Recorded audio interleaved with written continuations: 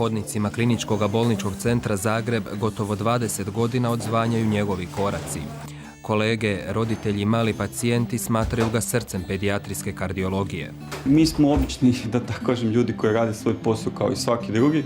Samo se u tom poslu ne želimo odreći naše ljudskosti i pristupa tome, jer znamo koliko su to teške i situacije u kojima, da tako kažem, hladne glave ne postoje.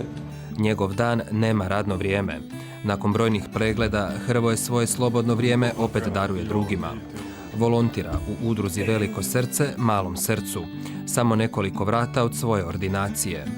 Mi u udruzi ne pomažemo samo djeci, pomažemo cijeloj obitelji. Kad je bolesno dijete, nije samo ono bolesno, cijela obitelj ima veliki problem nositi se s time i ono što se pokazalo da značajno olakšava i poboljšava liječenje samog malog pacijenta je kada cijela obitelj ima pozitivan stav.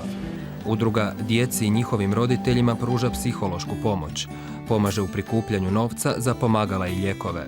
Pomaže im u dobrom kontaktu.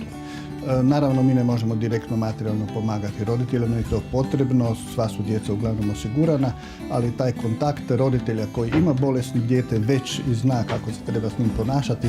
Poanta prava tih udruga je da ljudi koji su najčešće prošli već takvu priču nesebično volontiraju svoje vrijeme i na taj način, na neki način vraćaju ono što im je bilo dano.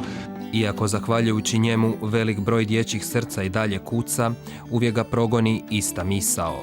Osjećaj da sam mogao pomoći možda još nekom uvijek. Jel? Znači, naš posao ne traje od 3:30 do 4:30, nego smo, da tako kažem, uvijek dostupni našim roditeljima. Vrijeme provedeno s malim pacijentima i njihovim roditeljima nema cijenu, kao ni njihova zahvalnost. Ipak, najveća nagrada dolazi od onih najmlađih.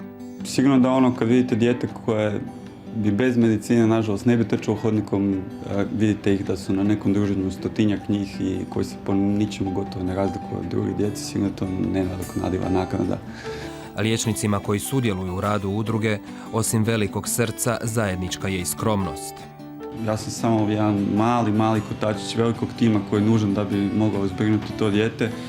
I upravo ovo prilika da kažemo da jedino, neki puta ljudi misle da jedan doktor čini čuda, ali jedan doktor ne može činiti čuda. U njegovim očima čudo, a u očima roditelja i djece nada i spas. Ipak srce je samo jedno i samo ono može vidjeti ispravno, jer ono što je bitno nevidljivo je oku.